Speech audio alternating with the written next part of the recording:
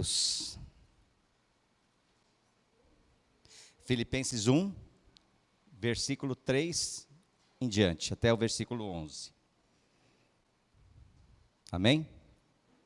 Alguém ainda não achou? Amém? A palavra do Senhor diz assim: dou graças ao meu Deus todas as vezes que me lembro de vós, fazendo sempre súplicas por todos vós, em todas as minhas orações, com alegria, em razão da vossa cooperação na causa do Evangelho, desde o primeiro dia até agora. E estou certo disso, aquele que começou a boa obra em vós, irá aperfeiçoá-la até o dia de Cristo Jesus. É justo que eu me sinta assim a respeito de todos vós, pois estáis no meu coração, já que todos sois participantes comigo da graça, tanto nas minhas prisões, quanto na defesa e na confirmação do Evangelho. Deus é testemunha de que tenho saudades de todos vós, com a terna misericórdia de Cristo Jesus.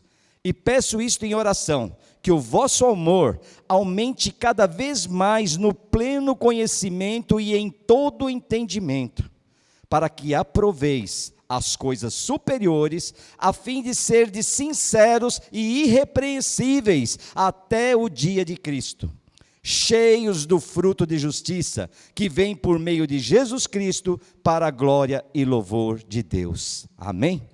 Vamos orar. Senhor amado, Deus querido, nós lemos aqui a Tua palavra, Senhor. Lemos aqui um texto da Tua Sagrada Escritura, Senhor.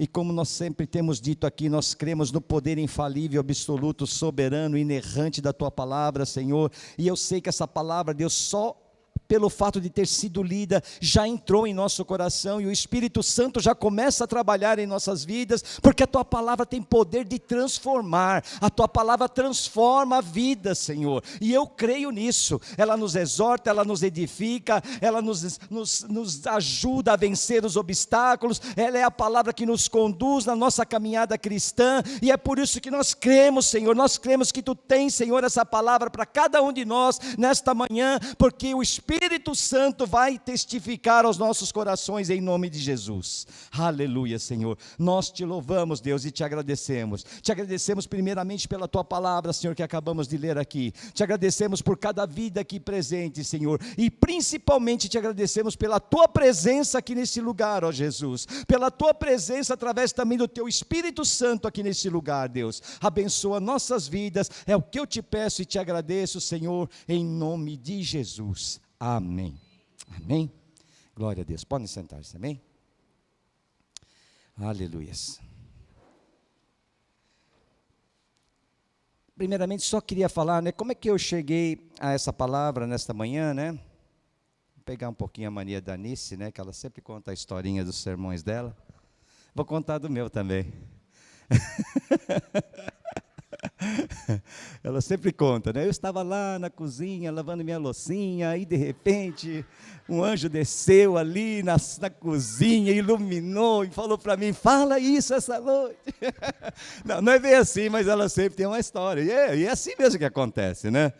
A palavra, ela vem através das Escrituras, obviamente, mas Deus coloca uma situação, Deus fala o que nós temos que falar, Deus fala conosco, né? Através de pessoas, através de situações, de circunstâncias, e normalmente é assim que acontece. E essa palavra, o que aconteceu? Muitas situações ocorreram que me trouxeram a refletir sobre o que nós vamos falar um pouquinho aqui nessa manhã. Uma delas foi um vídeo que eu vi de Paul Washer, né? Eu não sei nem quem postou, não sei se foi nesse grupo, mas o título era A Quem Você Está Imitando? Esse era o título que ele dava no vídeo dele, né? Então hoje ele mostra uma situação em que nós, como cristãos, a quem nós estamos imitando? Com quem que nós nos parecemos? Né? Nós sabemos como é que era a vida do povo na igreja primitiva. Nós sabemos como os cristãos agiam, que sentiam, que pensavam, como que era a ação deles, como era a conduta deles, a postura daquele povo. Mas hoje, como nós estamos vivendo? Então, Paul Washer, nesse vídeo, ele começa a destacar algumas distorções que nós começamos, nesta modernidade que vivemos hoje, nessa vida contemporânea, começamos às vezes a distorcer um pouco as coisas, porque começamos a imitar aquilo que deveria ser inimitável. Começamos a imitar aquilo que não deveríamos imitar. Então, muitas vezes acontecem situações, por exemplo, a Nice citou, por isso que eu falo da Nice, porque algumas coisas que ela falou no culto de quarta-feira também vieram ao meu coração para me elucidar a respeito dessa reflexão.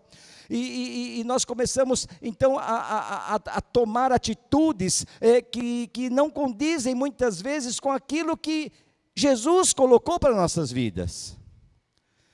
E aí nós começamos, como a Anice falou, começamos a assistir cultos pela televisão, pela internet, e começamos a achar que não, é isso que tem que ser, eu sou cristão, para mim o importante é a minha vida com Deus, não importa, para que eu preciso ir numa igreja, se eu tenho tudo ali na minha mão, é tão fácil. Mas hoje nós vamos ver aqui um ponto interessante, que nós aprendemos aqui com os filipenses, que é a fraternidade, que é a koinonia, que é a comunhão. E isso nós não encontramos na internet. Isso nós não encontramos na televisão. Internet e televisão é um mundo virtual. É você e não sei quem. É você e uma realidade que não é a nossa realidade. Uma realidade virtual. E você então começa a viver um relacionamento totalmente desconexo com aquilo que Jesus pregou e colocou para nós como cristãos, que uma vida que nós deveríamos ter. Então ele começa a questionar dessa forma, Paul Washer: a quem você está imitando? Você está imitando realmente os patriarcas da igreja? Aqueles que iniciaram a igreja, aqueles que foram os primeiros líderes, aqueles que começaram, que deram o pontapé inicial e mostraram o caminho para cada um de nós, dizendo: olha, é assim que tem que ser, é assim que vocês devem seguir, este é o caminho. Mas aí nós começamos a viver uma modernidade, onde nós começamos a querer uma forma mais fácil, uma forma mais soft, de poder viver esse evangelho. E as distorções começam a acontecer aí. Né? E aí começamos a nos tornar, como a Anice falou quarta-feira, crentes mimados. Porque para nós, sacrifício é uma palavra que não pode existir. Nós queremos tudo de bandeja, nós queremos tudo de uma forma fácil de assimilar, formas que não exijam sacrifício, que não exijam esforço. Nós queremos isso, porque infelizmente o mundo moderno nos ensina isso. Porque hoje, com o advento da internet e dessa tecnologia toda, tudo ficou muito fácil. Eu quero conhecimento, eu vou clicar e vou obter conhecimento. Só que o evangelho não é isso. Eu não posso clicar e querer obter o evangelho. Eu não posso clicar e querer obter uma vida cristã. É diferente. E tudo isso, né, juntando aquilo que a Anice pregou na quarta-feira, e juntando todo esse vídeo que eu assisti, e de repente eu me vejo lendo Filipenses capítulo 1, a partir do verso 3. E começo a ler esse texto, e falo: puxa, é isso. Esse povo tem muito a nos ensinar. Os filipenses têm muito a nos ensinar. Um povo ali que viveu essa situação há quase 2000 anos atrás, que ali foi por volta do ano 50, 60 depois de Cristo, tem muito a nos ensinar. A ensinar hoje o homem tecnológico, o homem da internet, o homem das redes sociais, o homem que se acha autossuficiente, super capacitado. Nós. Então eu vejo que este povo, que talvez a maior tecnologia que tivesse naquela época fosse uma sandália de couro com um sisteminha para prender o dedão e a sandália não sair do pé, talvez essa fosse uma tecnologia avançada dele naquela época. Mas ele tem muito a nos ensinar. Falando um pouquinho dessa carta, a Filipenses é considerada uma das cartas da prisão. Junto com Efésios, Colossenses e Filemão, ela constitui as 4 cartas da prisão. O que significa cartas da prisão? Foram cartas escritas por apóstolo Paulo enquanto estava preso. Filipenses é considerada a carta mais pessoal pelo tom de amizade que o apóstolo Paulo demonstra para com o povo de Filipos, a igreja de Filipos. Então é uma carta considerada muito pessoal, uma carta onde ele demonstra uma amizade, uma afeição, um afeto muito grande por aquele povo.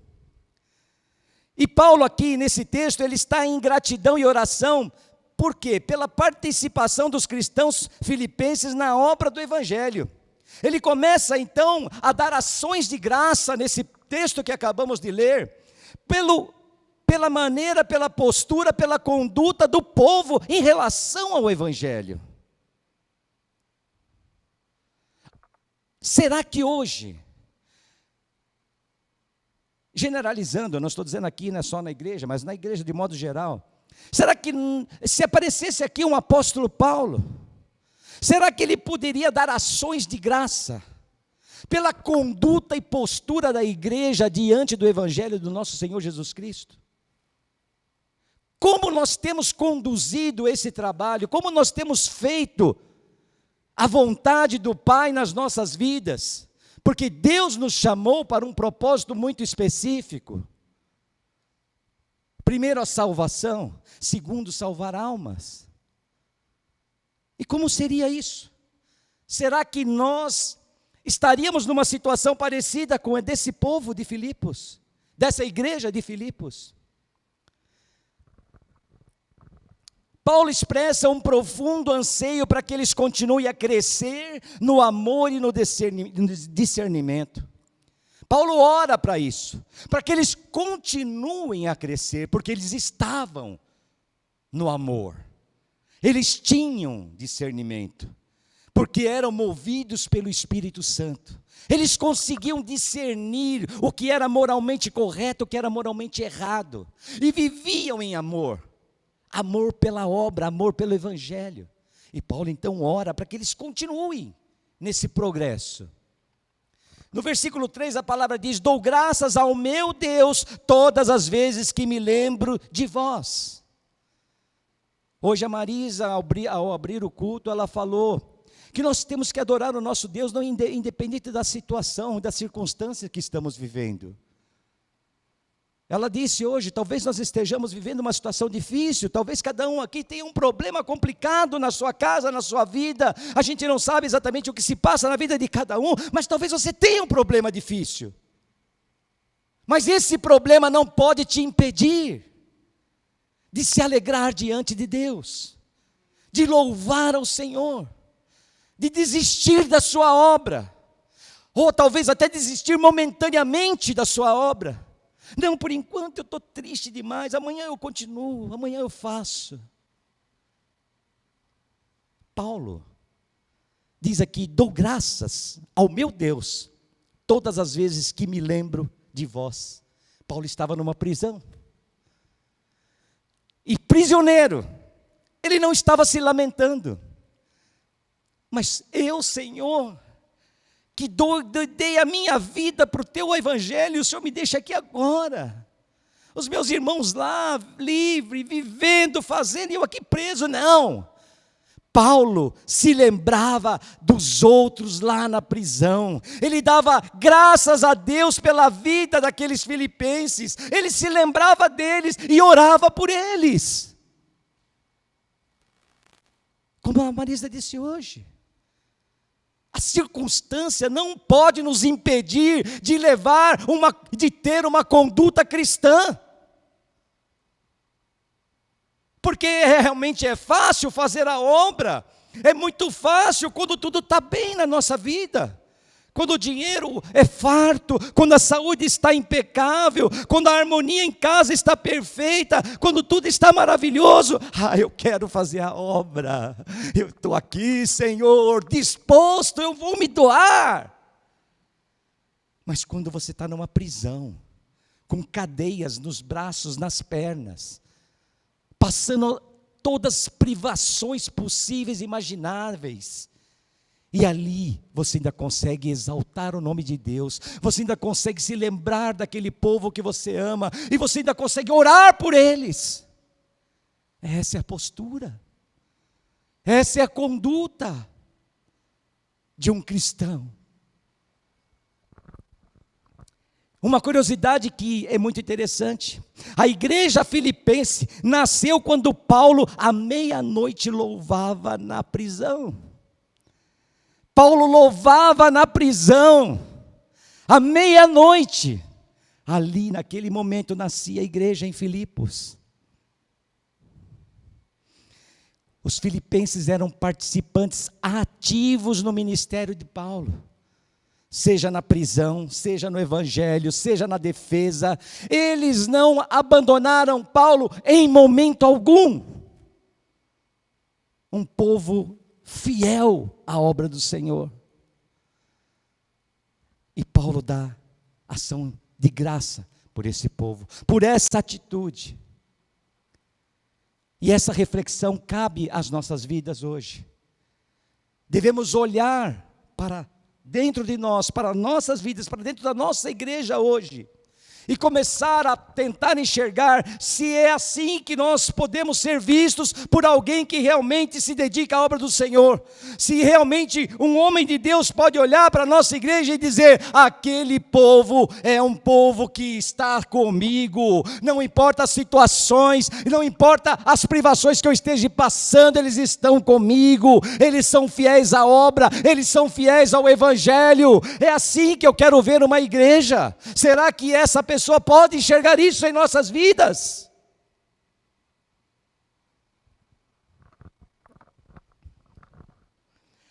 Em Filipos, a igreja filipense, nós podemos ver os sinais genuínos de gratidão pela dádiva preciosa do evangelho. Eles tinham uma gratidão imensa pelo evangelho do nosso Senhor.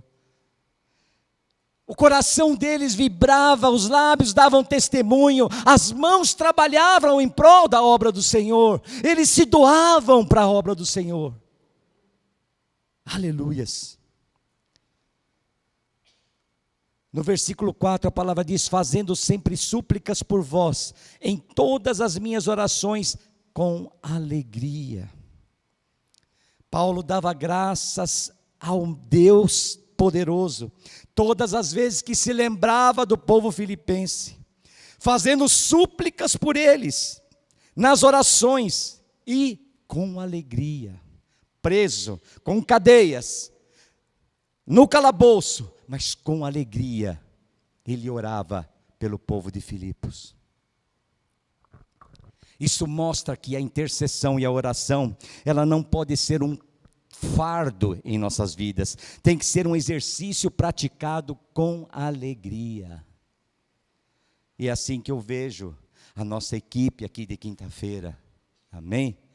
O nosso exército aqui de quinta-feira, liderado pela general irmã Gero, e as suas algozes, mulheres de oração, pastora Marisa, Roseli. Acabou. Quem mais? Isso não pode ser um fardo. Isso tem que ser algo prazeroso.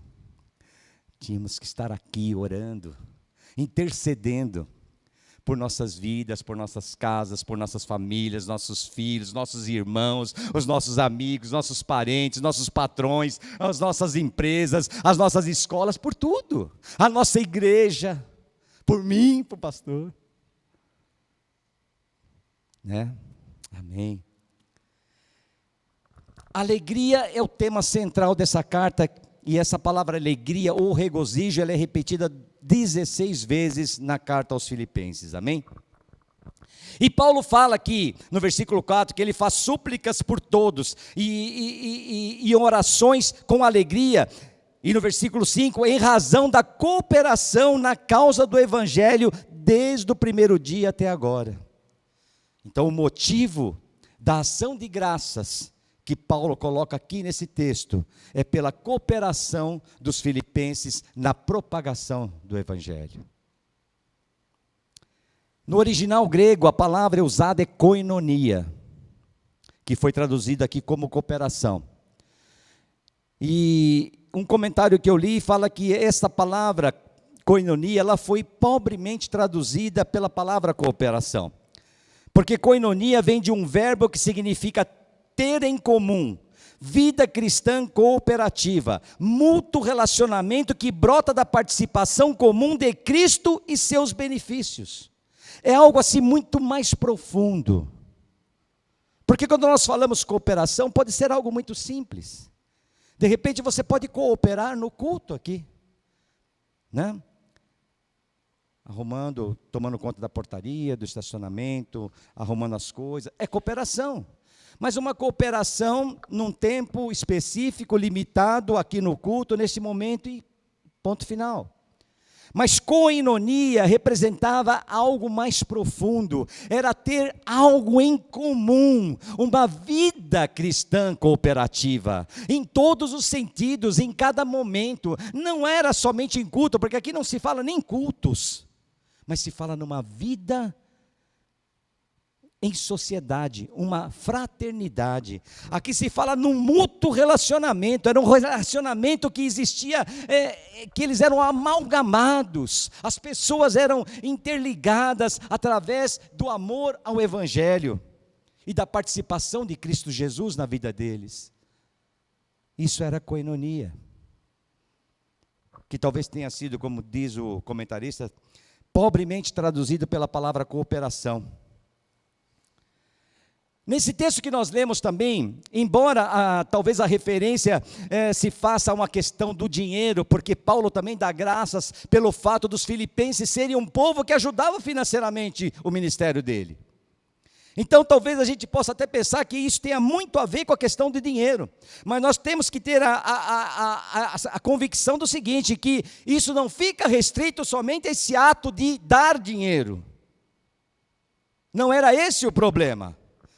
O dinheiro, a oferta, o presente que era dado a Paulo era apenas um símbolo de uma preocupação muito mais profunda com a propagação do Evangelho. Aquilo era um simbolismo. Representava algo, mas não era o fim. A intenção não era abastecer financeiramente, mas era fazer a obra do Senhor, era propagar o Evangelho de Cristo. Quando nós aqui ofertamos, dizimamos, nós fazemos isso.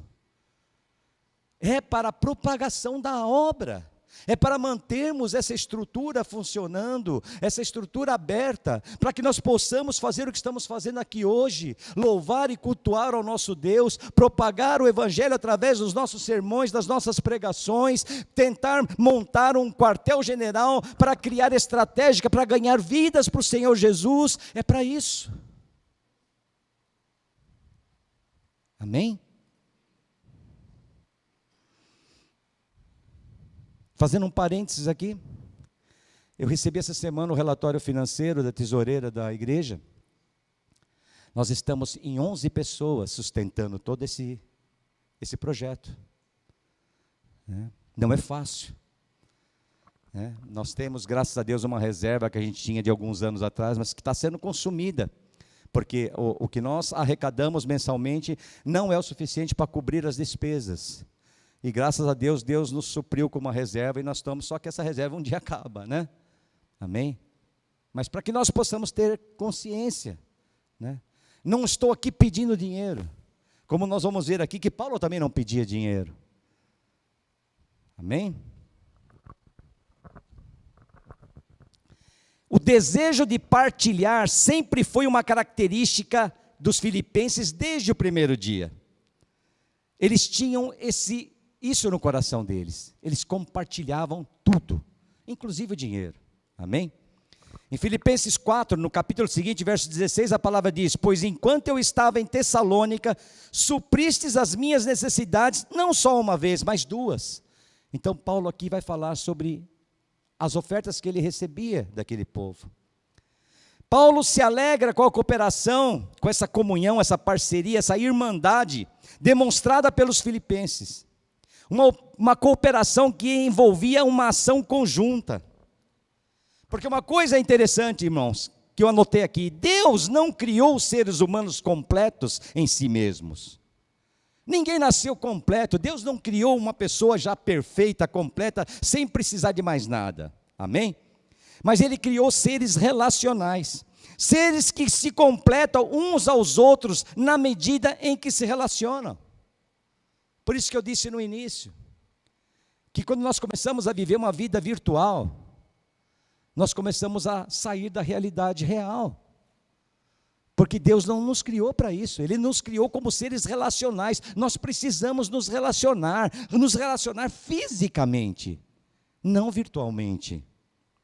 Nesse sentido, a fraternidade, ela é uma das relações mais profundas entre as pessoas.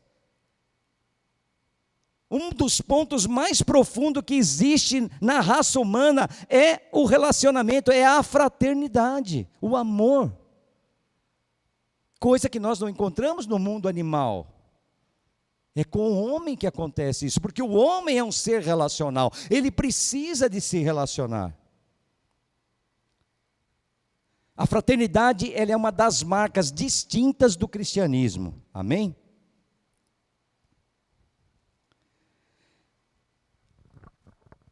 Havia um pluralismo religioso, muitas seitas, muitas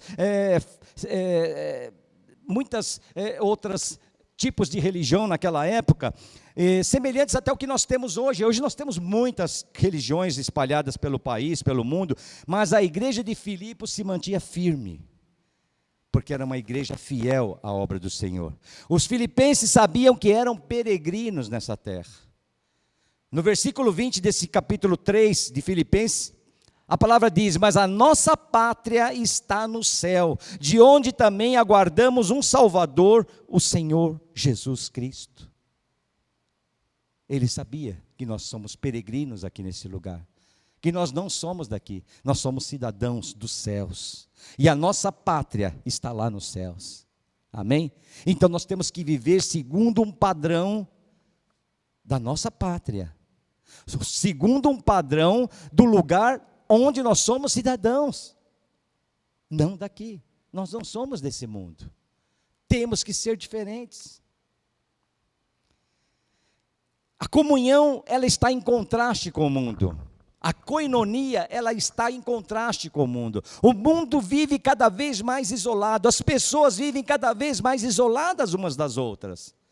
Mas nós, como cristãos, não, nós temos que viver cada vez mais amalgamados uns aos outros. A união com Cristo sempre significa separação do mundo. Quando nos unimos a Jesus, nós deixamos o mundo, não pertencemos mais a esse mundo. Isso implica em separação de pensamentos, de propósitos, palavras e caminhos. Isso se implica em separação de tudo. Por isso que quando eu vi aquele vídeo de Paul Washer, me tocou bastante, porque ele fala: a quem estamos imitando? Como que nós somos cristãos, nos declaramos cristãos e começamos a imitar as pessoas do mundo, começamos a imitar as coisas do mundo, a buscar as coisas do mundo, a valorizar as coisas do mundo, quando isso já não é mais característica de nossas vidas, ou não deveria ser.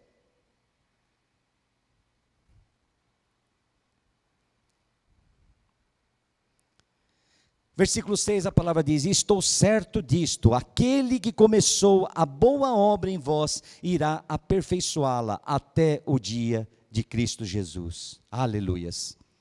Paulo sabia que a participação deles no Evangelho, dos filipenses no Evangelho, continuava dependendo da fidelidade divina.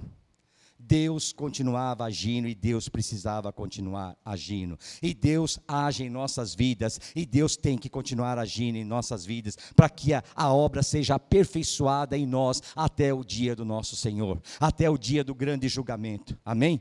Nós estamos num processo evolutivo, espiritualmente falando, não estamos falando de evolução darwiniana, amém? Estamos falando de uma evolução espiritual. Deus está trabalhando em nós, está aperfeiçoando nossas vidas, até o dia que o Senhor vai voltar, e nesse grande dia, no dia do Senhor, no dia do julgamento, em que Deus vai julgar a humanidade através do seu Filho Jesus Cristo, é nesse dia nós vamos atingir a estatura de varão perfeito, aleluias! Glória a Deus. Paulo tinha convicção de que Deus iria completar a obra na vida daquela igreja. no versículo 7 a palavra diz: é justo que eu me sinta assim a respeito de vós, pois estáis em meu coração, já que todos sois participantes comigo da graça, tanto nas minhas prisões, quanto na defesa e na confirmação do Evangelho. Paulo podia pensar deles desse modo, porque tinha esse povo no coração, como diz aqui a palavra. Esse laço de afeição tornava-se evidente pela participação da igreja de Filipos nas prisões de Paulo, na ajuda, no apoio. A gente começa a perceber que existe um laço afetivo muito grande entre o apóstolo e aquela igreja. Aquela igreja não o abandonava, aquela igreja estava em coinonia com ele constantemente. E o interessante aqui era que o texto diz: eram participantes dele na graça, e não da sua graça, mas participavam junto com Paulo na graça do nosso Senhor Jesus. Sofrer por Cristo é um favor de Deus para nós. Por isso, se nós hoje passamos por uma situação em que nós estamos sofrendo, como cristãos, irmãos, considere isso como um privilégio. Amém? Parece loucura talvez para quem não conhece a palavra, mas Paulo se sentia privilegiado de passar por privações e de sofrer por amor ao nosso Senhor Jesus Cristo. Isso é um privilégio, é um favor de Deus, um favor especial de Deus para nossas vidas, nos permitir sofrer por amor ao nosso Senhor. Versículo 8 diz: Deus é testemunha de que tenho saudades de todos vós, com a terna misericórdia de Jesus Cristo. Paulo então ele revela um profundo sentimento de família cristã com esse povo. Uma afeição de origem divina, porque era um amor que não era um amor comum. O amor de uma pessoa que está numa prisão, sendo talvez açoitado, passando por privações, uma situação terrível. E assim mesmo, um amor que ele podia pensar nos filipenses, orar por eles, sentir saudades deles. Isso era um amor divino. Era o próprio Cristo habitando nele, que amava aquele povo por intermédio dele. É Cristo habitando em nós, que nos faz amar as pessoas. Cristo ama as pessoas através das nossas vidas. Não somos nós que amamos, não, porque nós somos ruins. Nós somos seres depravados. Nós somos seres inclinados para todo tipo de pecaminosidade, para todo tipo de mal. E se não fosse Cristo habitando em nós, nós não amaríamos ninguém. Nós seríamos terríveis. Mas Cristo, habitando em nós, ama as pessoas através de nós.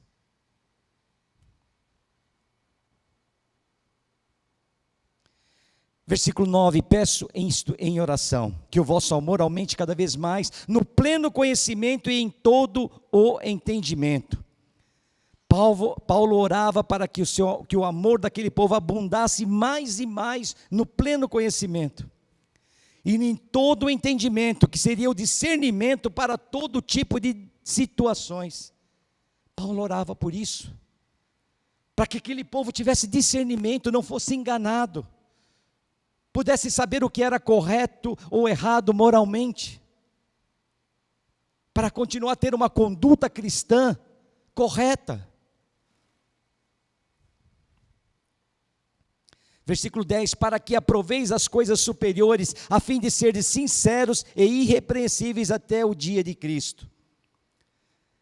Paulo orava para que os filipenses alcançassem a capacidade de diferenciar o certo e o errado, o bem e o mal, o vital e o trivial.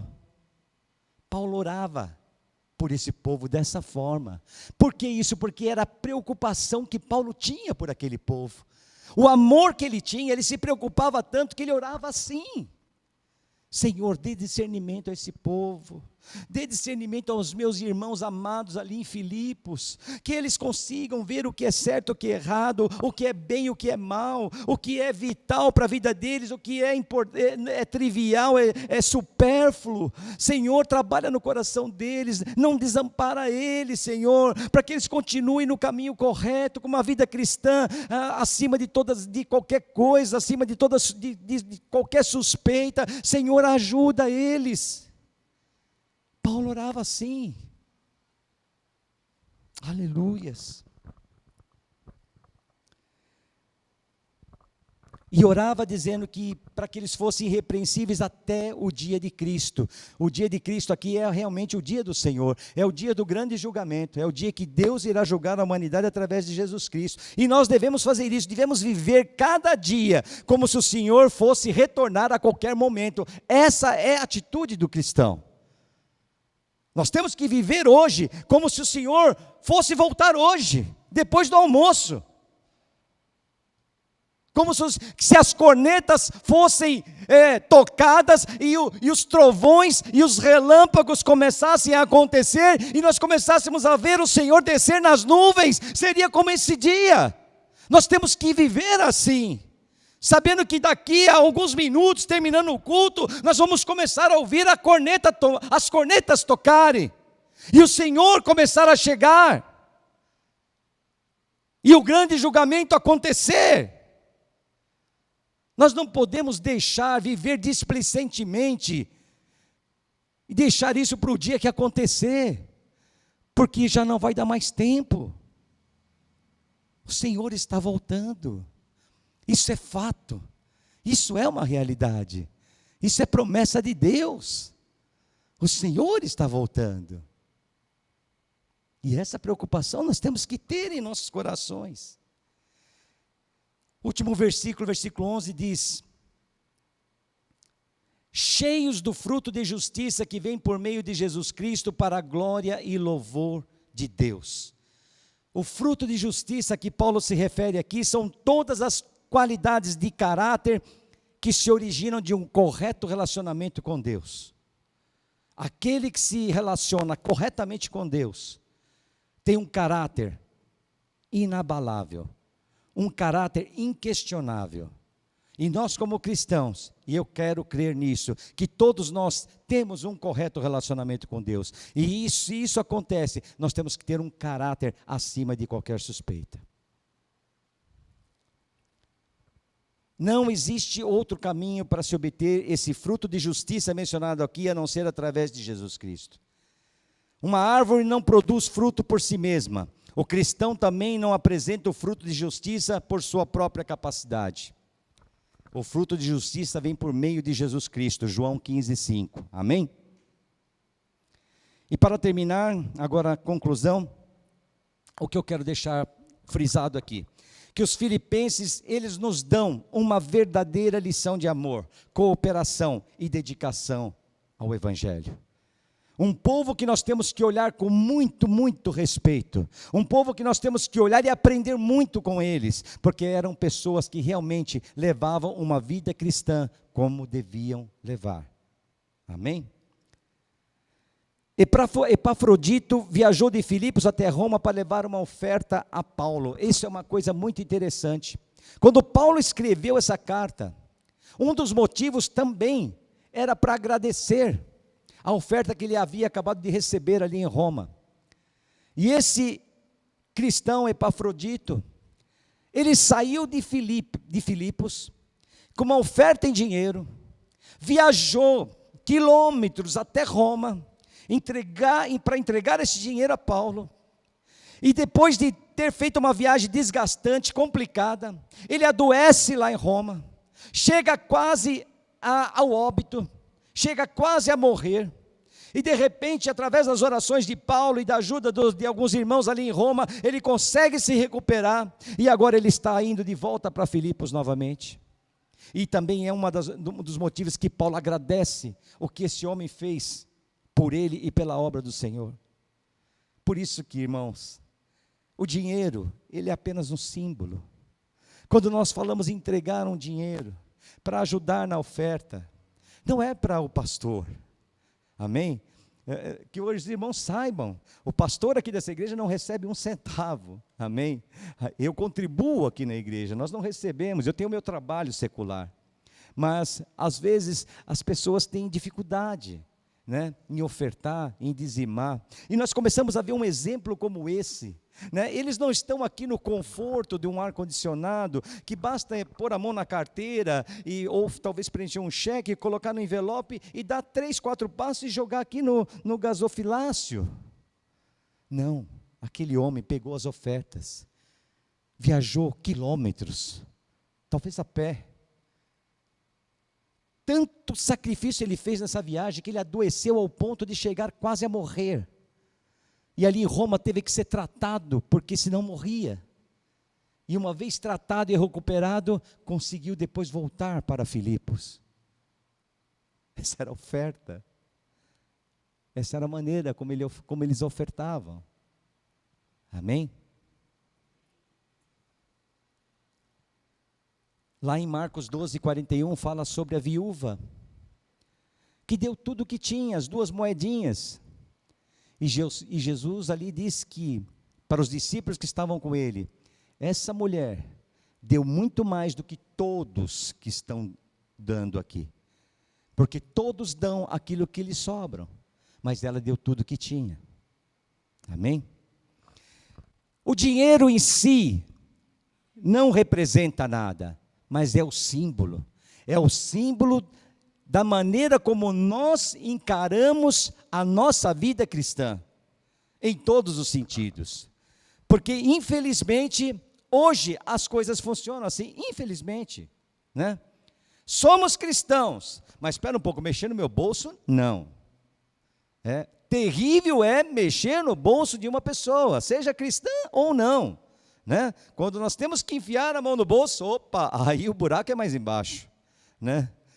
Então, por isso que eu digo que é um símbolo, é a maneira como nós conseguimos realmente mostrar a nossa cooperação, a nossa coinonia, a nossa fraternidade, o nosso relacionamento mútuo, a maneira como nós encaramos tudo isso aqui, a maneira como nós enxergamos o dinheiro como parte de algo que é desse sistema que aqui está, do mundo em que nós vivemos, e nós não somos desse mundo, então dinheiro para nós não pode ser importante, porque o nosso mundo é outro lugar, nós somos peregrinos aqui neste lugar, nós somos cidadãos dos céus, e lá esse dinheiro não é o dinheiro que vale lá, amém? Isso é um símbolo, aleluias. Como tem sido a nossa posição diante das palavras dessa Escritura Sagrada? Nós temos procurado manter atitudes e condutas que se assemelham a esses cristãos da igreja de Filipos? Como vocês acham que seriam lembrados pelas pessoas como cristãos que somos? Como nós seríamos lembrados? Será que um homem de Deus que um dia passasse por aqui, ou que passou talvez aqui, um apóstolo, talvez até o apóstolo Gustavo, será que ele lembra de nós como? Será que um homem de Deus que passou por aqui lembra de nós como?